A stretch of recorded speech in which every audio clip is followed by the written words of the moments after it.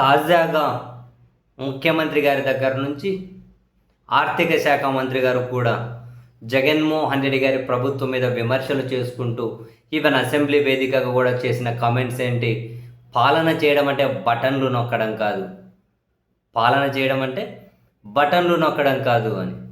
చివరికి తెలుగుదేశం పార్టీ పత్రికలు కూడా బ్యానర్ హెడ్డింగ్లు ఆ కథనాలు రాసుకుంటూ వచ్చాయి. ఈ కథనాలు బ్యానర్ హెడ్డింగ్లో రాసుకుంటూ వచ్చాయి. అయితే దీని మీద నెటిజన్ల నుంచి కొందరు మాజీ బ్యూరోక్రాట్ల నుంచి చూడండి, ఒక మాజీ బ్యూరోక్రాట్ ఆయన శర్మ వేసిన ట్వీట్ చూడండి. పాలన అంటే భూములు నొక్కేయడం, పాలన అంటే అప్పులు చేసి డబ్బులు నొక్కేయడం, పాలన అంటే సొంత సంపద సృష్టించుకోవడం, పాలన అంటే సొంత పార్టీ నేతల ఆర్థిక పరిస్థితి మెరుగుపరచడం.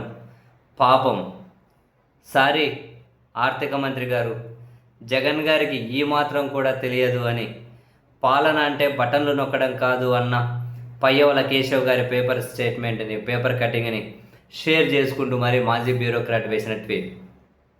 నెటిజన్లు చాలామంది దీనికి యాడ్ అవుతూ ఉన్నారు, సేమ్ దీని మీద కమెంట్లు చేస్తూ ఉన్నారు. ఈ పాలన అంటే బటన్లు నొక్కడం కాదు అని.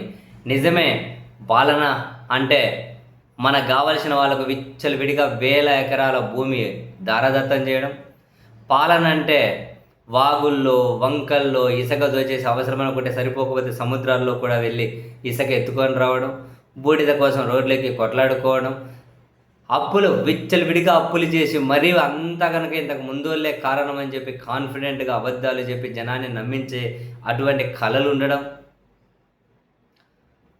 మొత్తం అంతా కనుక ఒక పిఆర్ స్టంట్స్తోనే కాలం గడిపేస్తూ ఉండడం చాలా ఉంటాయి.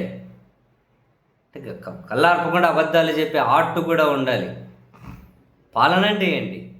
ఉచిత విద్యను, ఉచిత వైద్యము, విద్యలో మంచి మార్పులు, వైద్యంలో మంచి మార్పులు, అందరికీ అందుబాటులో ఉండాలనో, మహిళల రక్షణ కోసమనో, మహిళలకు ఆర్థిక స్వావలంబన చేకూర్చాలి అనో, పేద మధ్యతరగతి వర్గాల గౌరవం కోసమనో, లేకుంటే వ్యవస్థలు బాగా పనిచేయాలనో, క్షేత్రస్థాయి వరకు ప్రభుత్వం వెళ్ళాలనో, ఏదో వాలంటీర్ వ్యవస్థ తెచ్చో, గ్రామ వార్డు సచివాలయ వ్యవస్థ తెచ్చో, మహిళల పేరు మీద లక్షల ఎకరాల భూమి ఇచ్చో, 30 లక్షల మందికి ఇళ్ల స్థలాలు, ఇవన్నీ కాదు,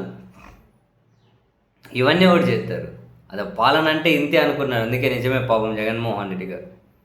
పాలన అంటే మనకు కావాల్సిన వాళ్ళకు వేల కోట్ల భూములు దారాదత్తం చేయాలి, ఉచితంగా ఇవ్వగలగాలి, కబ్జా చేసుకుంటే అదిగిన వాళ్ళకే ఇచ్చేయాలి, చెలివిడిగా అప్పులు చేయాలి. అవసరమైతే ఆంధ్రప్రదేశ్లో భారతదేశంలో అప్పులు ఎవరైనా చేస్తారు. ప్రపంచ బ్యాంకుల నుంచి కనుక అప్పులు చేసే వాళ్ళకు ఒక స్థాయి ఉంటుంది, అలా చేయగలగాలి. చాలా ఉన్నాయి ఇలా మాట్లాడుకుంటూ పోతే. మరి బటన్లు నొక్కడం ఒకటే నా పాలన అంటే కరెక్ట్ చెప్పారు పయ్యవల కేశవ్ గారు అని చెప్పి చాలామంది నెటిజన్లు కూడా కమెంట్లు చేస్తూ ఉన్నారు.